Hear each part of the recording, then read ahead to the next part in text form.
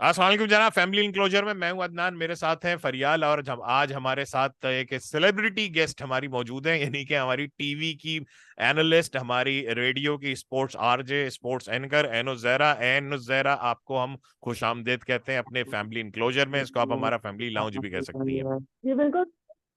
आपका बेहद शुक्रिया और इतना अच्छा इंट्रोडक्शन करवाने का भी बेहद शुक्रिया। ठीक। अच्छा जी, सबसे पहले तो आप दोनों खवातीन के सामने मैं इस बात का एतराफ करता हूं कि सितंबर के महीने में पाकिस्तान की विमेन्स क्रिकेट टीम जो है वो बाजी ले गई है मेंस क्रिकेट टीम पे, कि उन्होंने साउथ अफ्रीका को 3 T20 इंटरनेशनल्स में 3-0 से वाइट वॉश किया। उसके बाद बेशक शिकस्त खा गए वो लॉन्ग फॉर्मेट में 50 ओवर्स में 2-1 से, लेकिन आखिरी मैच में उन्होंने यकतरफा कामयाबी हासिल की। और मर्दों के बारे में हम देखते ही रह गए, सोचते रह गए, समझते रह गए, पता नहीं क्या हुआ एशिया कप में। उसके बाद मुझे माजरत करनी है भारत के क्रिकेटर्स से, भारत के मीडिया से, भारत के फैंस से। उनका हमने बहुत मजाक उड़ाया।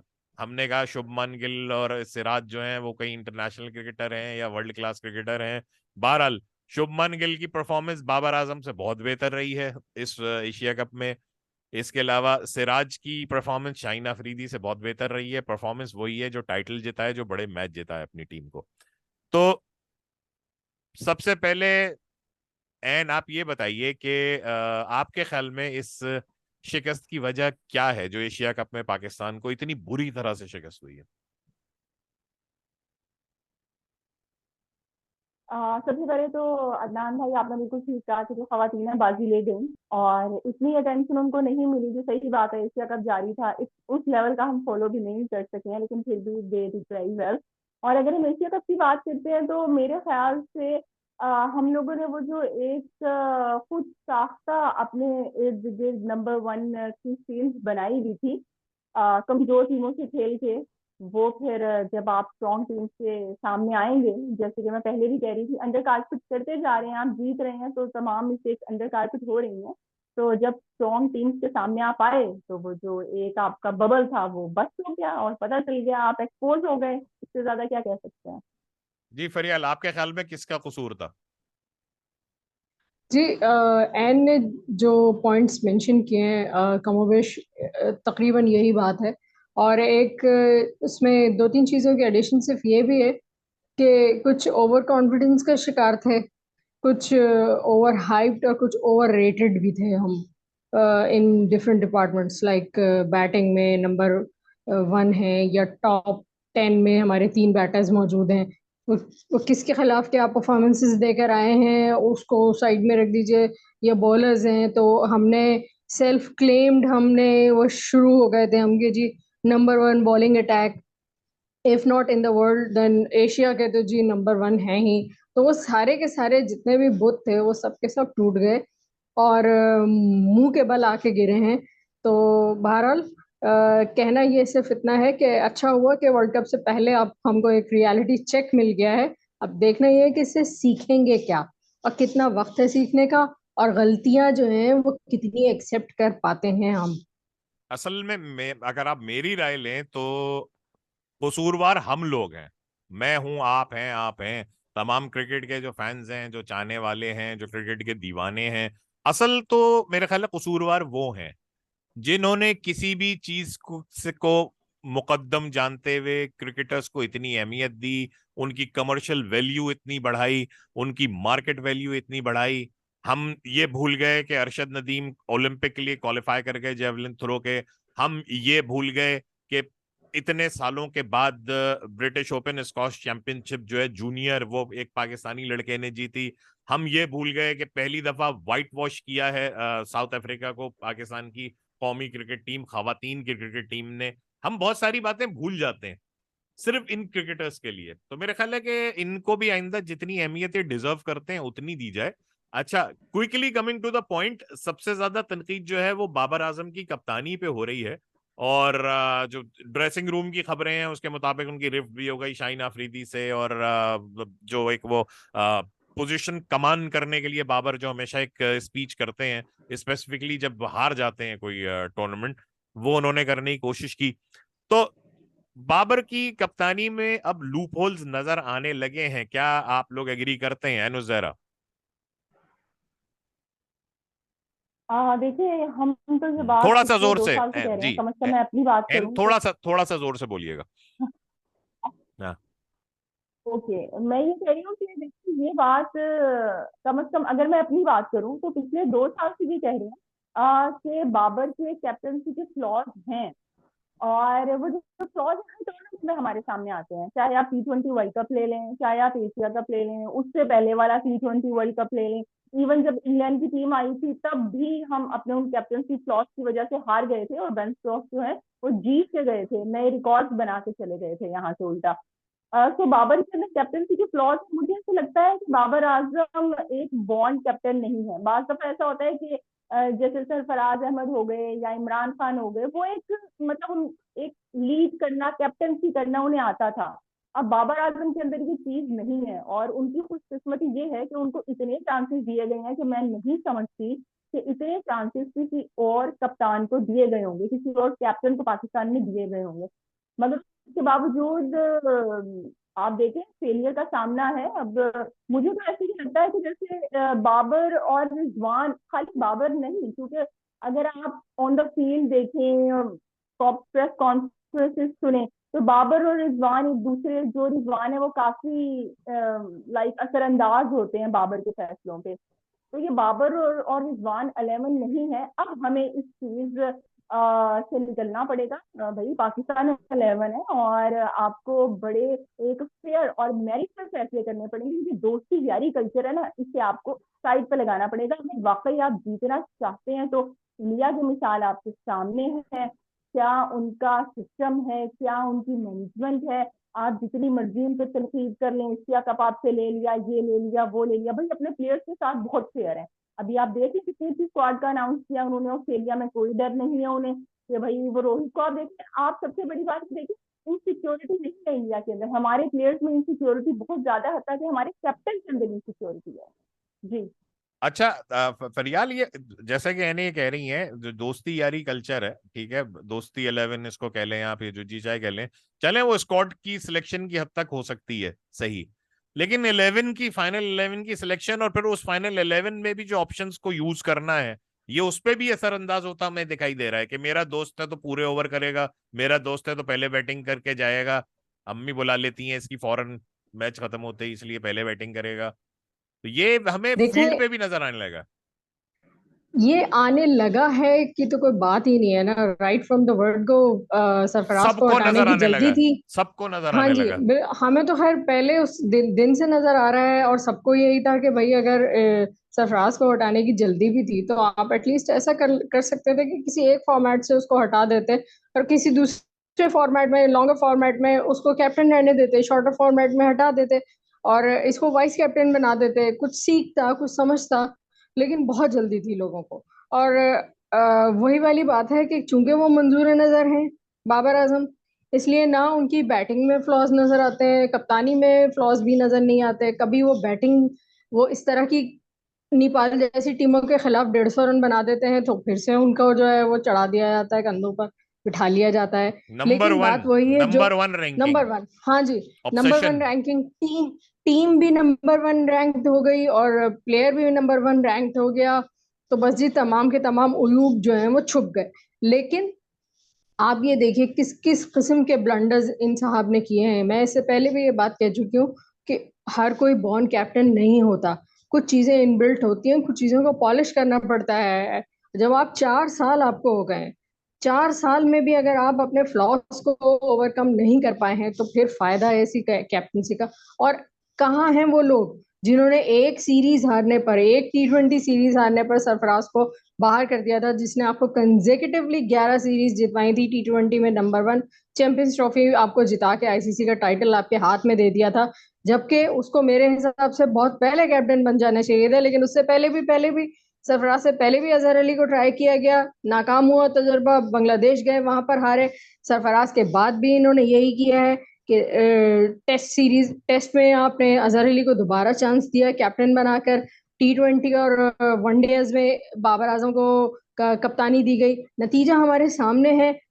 फिलहाल तो मैं ये कहूंगी कि हमें बाबर को ही कैप्टन रखना चाहिए टिल वर्ल्ड कप, लेकिन वर्ल्ड कप के बाद मैं चेंजेस एक्सपेक्ट करती हूँ और डिजर्व करती है Pakistan cricket team, Pakistani nation के, हमको ये अकाउंटेबल हैं पूरी कौम के सामने, और इनको चेंज करना इस वक्त जो है वो बहुत जरूरी है। इस वक्त से मुराद है वर्ल्ड कप, तो इनको ही रहना है कैप्टन, लेकिन वर्ल्ड कप के बाद अगर ये यही रिजल्ट्स प्रोड्यूस होते हैं, जो कि मोस्ट प्रॉब्ली ऐसा ही होना है जो नजर आ रहा है सामने, तो फिर उसके बाद मतलब इनका कोई चांस नहीं है आगे प्रोसीड करने का अच्छा, बतौर कप्तान।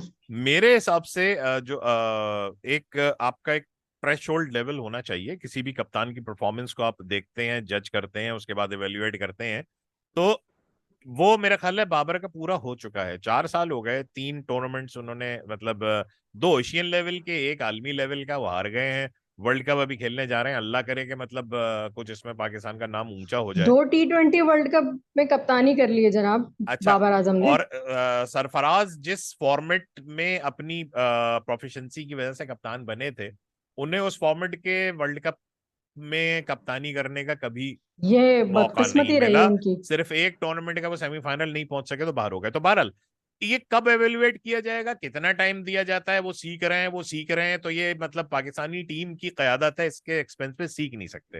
Having said that, world cup का मतलब सामने जो हम चेंजेस देख रहे हैं, उसमें आज मैं देख रहा था कि हसन अली का नाम भी दोबारा आ रहा है। ये जी हाँ नसीम शाह बिल्कुल, की जगह शायद हसन नसीम शाह के अली रिप्लेसमेंट के तौर पे। को ले लिया जाए।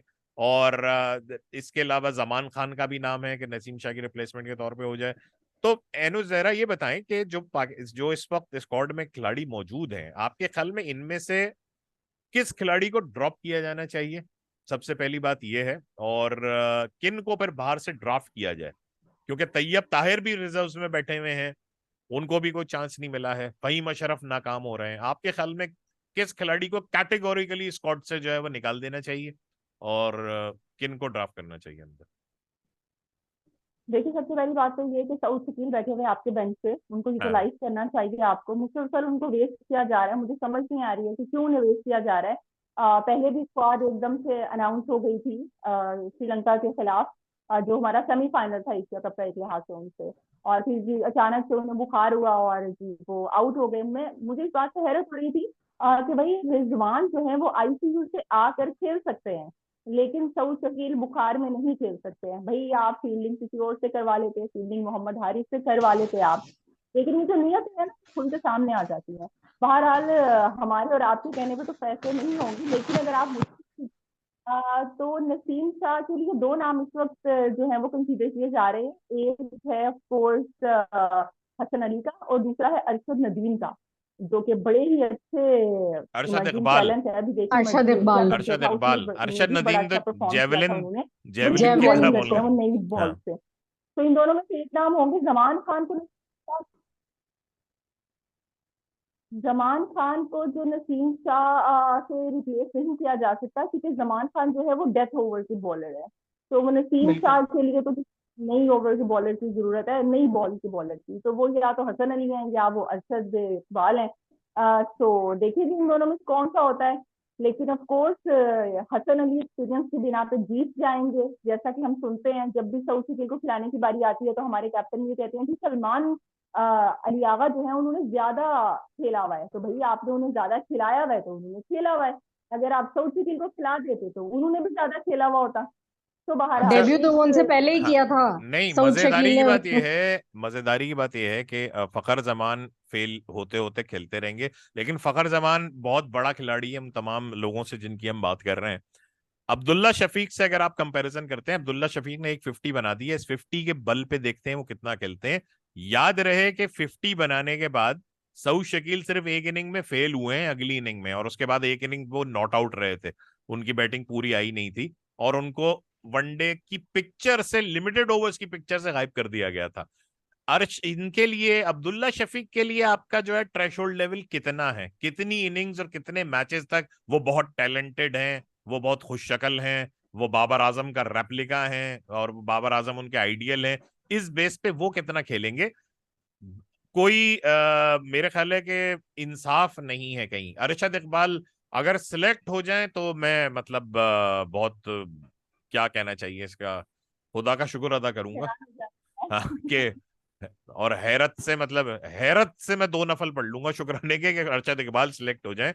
कुछ ऐसे खिलाड़ी हैं जिनका कोई पूछने वाला नहीं है, तो अरशद इकबाल का भी इसमें यही होता है। हाँ ये इस बात दौरान, हो गई इस और दौरान वो, मैं हाँ, इस दौरान अगर वो रिजवान से दोस्ती कर लें तो वो उस कोटे पे शायद आ जाए, वो ये हो सकता हाँ, है। रिजवान और बाबर से दोस्ती केपीके हो की सकती टीम से है। खेलते हैं। केपी की टीम से खेलते हैं, लेकिन मेरे ख्याल है रिजवान का किट बैग नहीं उठाते वो, रिजवान को खुश हाँ, करने के लिए कुछ नहीं करते, ये तो गलती है उनकी। तो नाम ये तो वैसे एक और भी आ रहा है सामने, अबरार का, लेकिन जब वही वाली बात है कि उनका क्योंकि डाकखाना कहीं और का लगता है, तो उनका मुश्किल ही है, लेकिन हम्म, एक चांस तो है बहरहाल। अच्छा परफॉर्मेंसेस से, हाँ, एनो एनो जहरा परफॉर्मेंसेस से हम शादाब खान की परेशान है। जगह बनानी पड़ेगी अबरार के लिए उसामा मीर को, क्या ये क्या ऐसा हो जी, सकता है? हमारे यहाँ ये होता है ना। और देखिए निकी ऑर्थर जैसा हाँ, बंदा, इतना उन्होंने क्रिकेट खेली भी है, कोचिंग की भी है, ऑस्ट्रेलिया में की भी है, काउंटी की कर रहे हैं आप। और वो कह रहे थे कि शादाब बड़ा अच्छा है जी, ऑलराउंडर है, मतलब वो शादाब की शान में कसीदे पढ़ दिए उन्होंने। और उसामा मीर के लिए उन्होंने कोई कमेंट नहीं किया, हालांकि उसामा मीर शादाब से इस वक्त अगर उनकी फॉर्म को देखा जाए तो काफी ज्यादा बेहतर ऑप्शन है। लेकिन हमारे यहाँ अगर क्राइटेरिया पे फैसला हो रहा होता तो हमारी टीम में काफी काम इस वक्त ऐसे ना होते जो कि हो रहे हैं। तो अफसोस की बात यह है कि वही बात है कि जब आपकी घरेलू टीम है ना, वो घर की टीम है, तो फिर उसके अंदर तो फिर क्राइटेरिया पे फैसले नहीं होंगे, जो कि नहीं हो रहे हैं अभी भी आप देखिए। शादाब जो है उनके पूरे पूरे ओवर करवाते रहे हैं एशिया कप में बाबर आजम। तो सलमान अली आगा कप्तान को कह उन्होंने रहे थे कि भाई वो बहुत अच्छे बॉलर हैं, उनसे विकेटें नहीं ली जा रही हैं, वो बॉलिंग बहुत अच्छी कर रहे हैं। आपको ये नहीं हाँ, मालूम कि बॉलिंग कितनी अच्छी कर रहे हैं वो, और उनसे विकेट्स नहीं ली जा रही हैं। ये उनका थोड़ा सा उनके साथ में ड्रॉबैक है। उनकी अच्छा, बॉलिंग एबिलिटी पे कोई क्वेश्चन नहीं है। तो बाबर भी बहुत अच्छे कप्तान जो है, ऑपोजिट कप्तानी। हाँ, मैं कह रही हूँ जो ऑपोजिट टीम वाले थे वो तो खासतौर पर इंतजार करते थे शादाब के ओवर का, कब शादाब आएंगे और कब वो अपनी स्ट्राइक जी रेट हाँ। को बढ़ाएंगे। तो अभी भी मेरे ख्याल से शादाब तो जाएंगे, खैर उसामा मीर बेचारे सेक्रीफाइस हो जाएंगे। सलमान अली आगा को बाबर छुपा छुपा के खिलाते रहे हैं कि कहीं वो तो एक्सपोज ना हो जाए। इसका मतलब सारा यही है, कंक्लूजन आज की हमारी इस वीडियो का जो है वो ये है कि सारे लोग बहुत टैलेंटेड हैं, शादाब खान बहुत अच्छे बॉलर हैं, विकेटें नहीं ले पा रहे हैं और रन नहीं रोक पा रहे हैं, बस इतनी सी तो बात है। इसके अलावा बाबर आजम जो है वो बहुत अच्छे कप्तान है, कप्तानी 2 पैसे की कर छोटी रहे हैं ग्राउंड में तो क्या हो गया, सलाहियत कप्तानी की उनमें बहुत है, उसका मुजाहरा वो फिर कभी करेंगे। इसी तरह से आपके बैट्समैन जितने हैं ये सारे के सारे बहुत अच्छे बीच में बैट्समैन हैं। हुआ। हाँ बस रन नहीं कर पा रहे हैं बैट्समैन, क्या करें, क्या हो सकता है। आसिफ अली इतने अच्छे हमारे बैट्समैन थे, इतने 2 साल तक खेलते रहे। जी जी जी, क्या कह रही हैं? उस दिन शायद मैं कह रही हूँ बैड लक तो किसी के साथ भी हो जाती है ना, फिर तो बस हाँ, हमारा साथ स- बैड लक ही कर रहे हैं। नहीं, सब यहाँ बैड तो लक से बैड लक गुजर। खराब है बल्कि। हाँ, हमारा बैड लक भी खराब है। चले जी, अब ये एशिया कप का तो हमने समझ लीजिए यहाँ डब्बा गोल कर दिया, पोस्टमार्टम कर लिया, इसमें तो मतलब बिल्कुल डोमिनेंस दिखाई है। इंडिया ने ना सिर्फ अपना बैक चैनल पे क्रिकेट डिप्लोमेसी में अपने बोर्ड के जरिए, अपने मीडिया के जरिए, बल्कि फाइनली हम उनके खिलाड़ियों को ओवर हाइप्ड कह रहे थे। आप दोनों से अब मैं जानना चाहूंगा, क्या भारत की टीम ओवर हाइप्ड है या वाकई उन्होंने अपनी जो पोटेंशियल है, जो शोहरत है एनुस जहरा, उसके मुताबिक उन्होंने किया है मुजाहरा उसका अपनी कारकर्दगी का?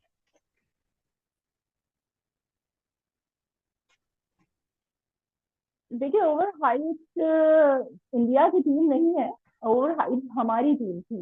वो जो लोग हैं उनके यहाँ मसला मतलब खैर मसला तो नहीं, उनके यहाँ असूल ये है कि वो अपनी बेंच स्ट्रेंथ में भी इजाफा करते हैं, जो रिजर्व ऑप्शन है उन्हें भी यूज करते हैं। आप देखिए बांग्लादेश के खिलाफ अगर वो चाहते तो फुल स्ट्रेंथ के साथ जीत जाते और ओडीआई में नंबर 1 टीम बन जाते, लेकिन उन्होंने नंबर 1 बनने के बजाय अपनी जो बेंच स्ट्रेंथ है उसको आजमाना जरूरी समझा। सिराज को भी रेस्ट दिया, बुमराह को भी दिया, कोहली को भी दिया, और जब वो फ्रेश आके खेले तो कितना अच्छा खेले। और दूसरी बात ये कि जो इंडिया की टीम की अच्छी बात है, मैं हमेशा से तारीफ करती हूँ, चाहे वो वेस्ट इंडीज से हारे हैं, चाहे वो नेदरलैंड से जीते हैं, क्योंकि वो एक्सपेरिमेंट काफी करते हैं। अभी भी देखिए, जो ऑस्ट्रेलिया के लिए उन्होंने ओडीआई के लिए टीम अनाउंस की है, उसके अंदर वो कोहली भी रेस्ट कर रहे हैं, केएल राहुल कैप्टनसी कर रहे हैं। तो उनकी अच्छी बात एक जो मैंने पहले भी कही थी, एक तो ये कि इनसिक्योरिटी उनके अंदर नहीं है, दूसरी बात ये कि वो एक्सपेरिमेंट काफी ज्यादा करते हैं, अपने खिलाड़ियों को रेस्ट देते हैं।